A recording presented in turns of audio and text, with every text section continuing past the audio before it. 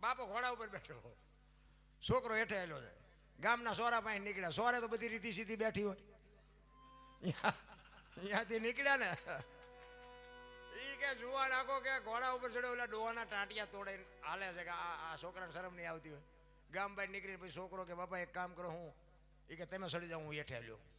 બીજું ગામ આવ્યું ને એ કે જુવા નાખો ઘોડા ગઢો આખો કે ઘોડા ઉપર ચડી ગયો ને ફૂલડા જેવું છોકરું હેઠું આવ્યું. હવે આને શરમ નહીં આવતી હોય. પછી બહાર નીકળીને કે એક કામ કરી કે બાપા હું કે હાલો ને કે બે સડી જાય. બે સડી ગયા ને બીજું ગામ આવ્યું કે આમને દયા જેવો સાંટો છે, ઘોડા ઉપર બે સોટ્યા, બેન બે. બહાર નીકળીને પછી નક્કી કરી કે બાબા એક કામ કરી કે શું કે ઘોડું ભલા હેલ્યું આવે, આપણે બેવું કે. બીજું ગામ આવ્યું ને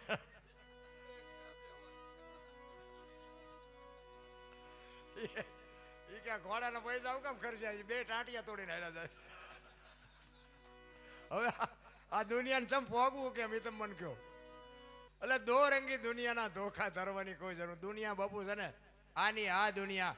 મૂળદાસ અમરેલી, અરે લુહારનો દીકરો બાપુ, તમે વિચાર તો કરો. આ તૈયારી છે આપણી? એમ નામ નો દુનિયા માને બાપુ, મહેનત કરવી પડે. એક દીકરી કુએ પડવા આવે અને મૂળદાસ બાવડું પકડી લે, બેટા શું કામ? કે બાપુ મારા જીવનમાં એક ભૂલ થઈ ગઈ છે, મને મરવા દો. કે પણ આ કુવામાં પડીને બીજી કરવી છે. પણ શું કરું? એ કે પણ વાત કરી તો ખુલાસો થાય ને. એ કે બાપુ મારા પેટમાં બાળક છે ને, બાળકના બાપનું નામ લઈ શકું એમ નથી, એટલે મારે મર્યા સિવાય ઉધાર નથી.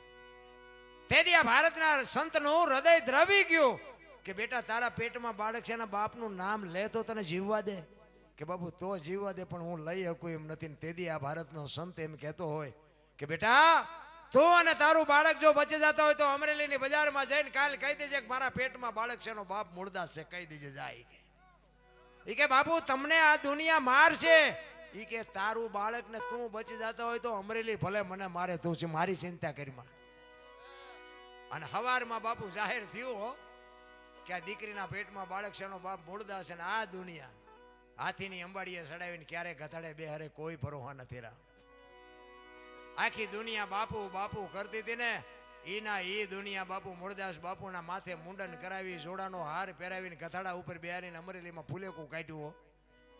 અને તેથી ગધેડા ઉપર બેઠા બેઠા મૂળદાસ કહે છે કે વાહ ઠાકર વાહ, તે મારી માથે આજ ભજાડી પણ કે કાંઈ વાંધો નહીં, એની દીકરીને બાળકનું બાળક તો બચી ગયા ને, આવડા ભલે મજા કરે, આનું નામ સંત કહેવાય. ઈ યાથી જાકારો આપે. અને ગોંડલની બાજુમાં ઠેબી નદીના કાંઠે, અમરેલીની બાજુમાં ઠેબી નદીના કાંઠે હામા કાંઠે ઝૂંપડી વાળી અને રેજ ઈ દીકરી બાપુ મૂળદાસના ભારે છે. એમના ઘરના ઈ દીકરી ઈ બધાને અહીંયા હારે રાખીને ઝૂંપડીમાં રાખે. બાપુ હવે આટલું જાહેર થયા પછી એને રોટલો આપે કોઈ? એને એમ થયું સારું બીજું બધું તો ઠીક છે, પણ હવે આ પેટનો ખાડો પૂરવા તો સારું કંઈક કરવું પડે. જામનગર દરબાર અમારા સ્ટેટ એને મૂળદાસ પાસે કંઠી બંધાવેલી. અને બાપુને એવું થયું કે આ જગત નો સમજે પણ ઓલો ગમે એમ તો રાજા છે, અહીંયા હું જઉં અને એને વાત કરું, એ કંઈક સમજી શકે. મૂળદાસ ત્યાં પૂગે એટલી વારમાં વાત ઉડતી ઉડતી દામનગર દરબારને મળી અને એમને બાપુ વગર વિચારી કંઠી તોડી નાખી. આવા બાવાની કંઠીઓ બંધાઈ ગઈ. જો નજરે જોયેલું ખોટું પડે, હા ભેળેલું નહીં, નજરે જોયેલું ખોટું પડે. આ મૂળદાસ બાપુને ખબર નથી. બાપુ અમરેલીથી બાપુ જામનગર ગયા હો, દરબારગઢમાં જઈને કીધું કે મારે બાપુને મળવું છે. બા સાહેબ કે બાપુ તો ઘરે નથી, ક્યાંય ગયા? એ કે અમારું મોટું મંદિર છે, અહીંયા બધા મોટા મોટા મહાપુરુષો સંતો આવ્યા છે, ત્યાં કંઠી બંધાવા ગયા છે. એ કંઠી બંધાવા ગયા ને માથે આપ ફાટ્યો હો મૂળદાસ. અરે તારી ભલી થાય તારી, આને મારી કંઠી તોડી નાખી. પણ કે કાંઈ વાંધો નહીં, મારે મળ્યા સિવાય જવું નથી. એ દરબારગઢથી મોટા મંદિરે જાય. એમાં રસ્તામાં એક પ્રસંગ બન્યો. એક મરેલી બિલાડી પડી હતી, બચડા દૂધ વગરના ટળવળતા હતા. અને મૂળદાસ અહીંયા આવીને ઉભા રહ્યા અને આમ જોયું, મરેલી બિલાડીને બાપુ પકડી જોડીમાં નાખી અને આખો ડાયરો બેઠો તો ન્યાય આવ્યા. ત્યાં જ્યાં એટલે સંતો કહે છે મૂળદાસ શું આવ્યો?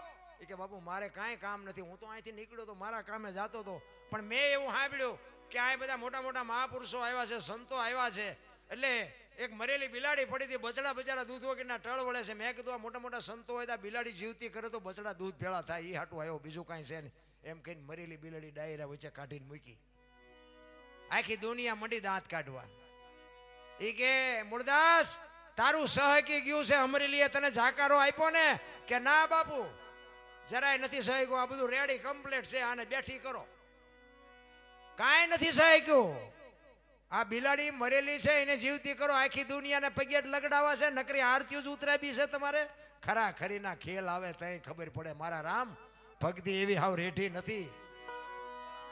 ઈ કે મૂળદાસ મરેલા જીવતા નો થાય ને બાપુ પ્રકોટીનો મરણ બદલાણો, ઈ કે તમારેથી જીવતા નો થાય લાવો કમડળ મારી પાસે. કેવું કેવું બાપુ ચિત્ર થયું છે. અને ઈ કમડળ હાથમાં લઈ અને પાણીની અંજળી ભરીને બાપુ એને જે ઈશ્વરનો આરાધ કર્યો છે એ કયો આરાધ કર્યો હોય છે. હે મારા નાથ, એ નો તારાના આધાર મેં તન મન ધનથી તારું ભજન કર્યું હોય, હાથે પાતાળમાં ક્યાં ડાઘ ન હોય, કોકના દુઃખ જો મારી માથે લીધા હોય તો આ બિલાડી બેઠી કરજે, જો બિલાડી બેઠી ન કરી તો મારા ખોળિયામાંથી જીવ ન કાઢી નાખો તો મૂળદાસ નહીં કે એમ કહીને અંજળી સાટી અને બિલાડી હાલતી થઈ. બાપુ ડાયરેક્ટ દશા શું થઈ છે. પણ બાપુ મૂળદાસ ને હબાકો આવ્યો, મારા નાથ ને આ આવવું પડ્યું. સંતો તો રોયા છે, આપણને ભાન નથી થતી ભલામણ. ઈ ડાયરામાં બિલાડી હાલતી થઈને જામનગર દરબારીમાં જ બેઠા હતા અને એને હબાકો આવ્યો કે મૂળદાસ નું પાપ હોય નહીં, હોય તો આ બિલાડી બેઠી થાય નહીં, મેં કંઠી તોડીને ભૂલ કરી નાખી. અને ચોથા આંસુ રડતો રડતો બાપુ Mooldas cut cut cut cut પગથિયા ઉતરીને હાલતો થઈ ગયો, રોતો રોતો સાધુ. અને જામનગર દરબારે હળી કાઢી, એ બાપુ ઉભા રહ્યો, એ બાપુ ઉભા રહ્યો. મૂળદાસ ઉભા નથી રહેતા, આગળ જઈને હળી કાઢીને લાકડી પડી એમ પગમાં પડ્યા. બાપુ મારી ભૂલ થઈ જઈ, મને માફ કરો, મને આવી ખબર નહોતી. તેથી બાપુ મૂળદાસ કહે છે કે દરબાર દરબાર જગત નો સમજી કે હું તારી પાસે આવ્યો તો, ઠેઠ અમરેલી થી તારી પાસે આવ્યો તો. આ દુનિયા નો સમજે કે તું તો 5 પછી ગામનો ધણી હતો, તને મારા ઉપર ભરો ન આવ્યો. હવે કોઈક હારો બાવો ગોતીને કંઠી બાંધી લે, સમય વિયો ગયો. એમ મારા બાપ તમારો મારો સમય છે, કંઈક સમય મળે તો આનંદ કરી લેજો, બાકી ક્યારે ચિઠ્ઠી ફાટી જાય ખબર નહીં રહે. સમય બડા બલવાન. કોઈ કહેતું હોય હું બળુકો છું, મેં પેલા બહુ ઠેકડા માર્યા, બધા મને જાત અનુભવ છે એટલે હું તમારી પાસે વરાળું કાઢું. તમે તો કાંઈ નથી. આ તમારા ગામમાં 2 ભાંઠા મારવા હોય ને તો આપણે મારી લઈ, બોલો એવા આપણા ફંદ હતા. એટલે કહું છું કે એ બધું જવા જ દો, પણ હરિનું ભજન કઈ કરો બાપુ, એ જ તમને મને ભેગું આવવાનું છે, બાકી જે હરિ કાંઈ છે નહીં. એટલે સવારામ બાપાને એક છેલ્લી કડી કહીને પછી મારી વાણીને વિરામ આપું. છેલ્લી કડીમાં સવારામ બાપા કહે છે, દાસ સૌ ફૂલગરજી ચરણે અમે કોને કહીએ વાત.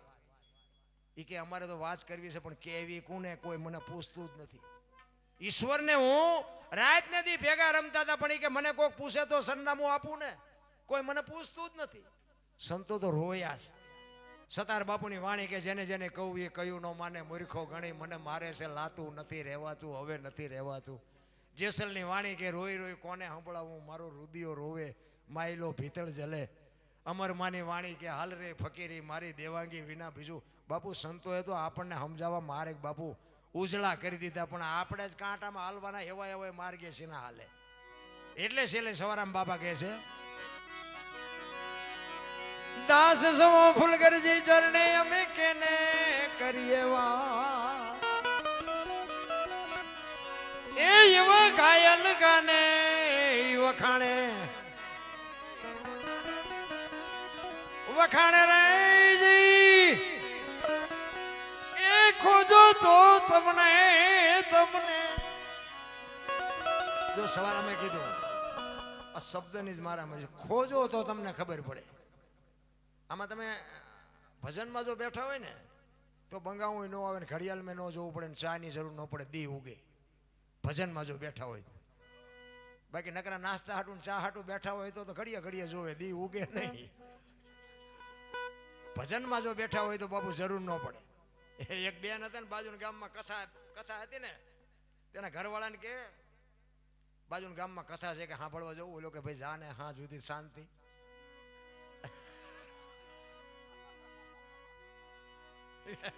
બેન ગયા, સાંજે પાછા આવ્યો ને એનો ઘરવાળો કે કથા સાંભળવા જઈ કે હા શું બાપુ વાંચતા હતી કે માંડવા માંડવા માંડવા, કેટલા બધા માંડવા. એ કે પણ બાપુ શું વાંચતા, કેટલું બધું રાંધેલું, કેટલા બધા માણા ખાય. એ કે પણ બાપુ શું વાંચતા હતા એ તો કે, એ કે એટલી બધી કે ગળદીમાં સંભળાય, નકરી બહાર બહાર જ રખડી, કથામાં જઈ જ નહીં. કથામાં બે તો કથા એનામાં બે ને, એમ નથી લાગતું કે આપણે હજી બહાર બહાર રખડીએ છીએ. ભજનમાં બેહવાની જરૂર છે. મારું કહેવાનો મતલબ ભજનમાં જો બેઠા હોય ને ભજન તમારામાં બેહી જાય, પણ તમે જો ભજનમાં બેઠા હોય, કારણ કે આ બધી વાતો છે ને અટપટી છે ને, એ ઝટપટ સમજાય એવું નથી. હા, સવારામ બાપાએ તો બાપુ હા ઉઘાડી વાત કરી છે. અને હું તો એમ કહું છું 50 થી 60 વર્ષની વાત. સવારામ બાપા થયા ને કે 1000-2000 વાત નથી. આ દાસી જીવન ને જેઠીરામ ના તો બધા વર્ષો થઈ ગયા, પણ આ તો આ વડીલો રહ્યા એને દર્શન કરેલા હોય. મારા બાપુ એ બધા અહીંયા શેખપરમાં અમારે સવારામ બાપા આવતા ભજન ગાવા, મારા બાપુની બધા એમાં કાયમ જતા એમને સાંભળવા. આ કાલની વાત કહેવાય. હવે એ આવડું મોટું કરી ગયા બાપુ, જતવાડનું પીપળી કહેવાય, એના બદલે અત્યારે સવા ભગતનું પીપળી થઈ ગયું. બોલો, નામ ફેરવી નાખ્યું. ને કે એ જતવાડ એટલે બહાટી બોલે, બપોરે નીકળવું હોય તો હબાકા આવે. એ જતવાડમાં બાપુ સવારામ બાપાએ કુંભારનો દીકરો પ્રજાપતિ, વિચાર તો કરો કેવું ભજન કર્યું હશે બાપુ, નામ ફેરવી નાખ્યું સવા ભગતનું પીપળી.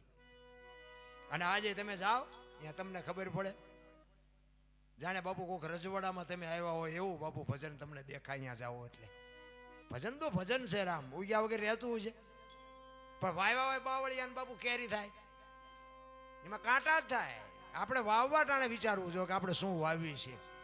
કહેવાનો મારો અર્થ એ છે કે માણસનો અવતાર મળ્યો. મેં હમણાં કીધું એમ બાપુ, મને એમ થાય કે જીવે એવું હવે આવ્યું. ભલે જેટલું જીવાય એટલું, આપણને ખબર નથી આપણી ચિઠ્ઠી ક્યારે પાડવાની. કારણ કે જો એક સાખી વશિષ્ઠ મહારાજે ભરતને કીધી, એક રામાયણની તમને વાત કહું. વશિષ્ઠ મહારાજે ભરતને કીધી ક્યારે? રામચંદ્ર પરમાત્મા વનમાં ગયા ને ભરત મોસાળમાંથી આવ્યો અને વશિષ્ઠ મહારાજ અરે રોવે છે કે બાપુ આ કેવું આપણા રાજનું જોવો તો ખરા કે ખેદાન મેદાન થઈ ગયું. ભાઈ ને ભાભી ને મારા વિયા ગયા, મારી માએ કેવું કામ કરાયું. તેથી વશિષ્ઠ મહારાજ કહે છે કે શું હું ભરત ભાવી પ્રબળ જીવન મરણ જસ અપજસ નફો અને નુકસાન આ વિધિના વિધાન.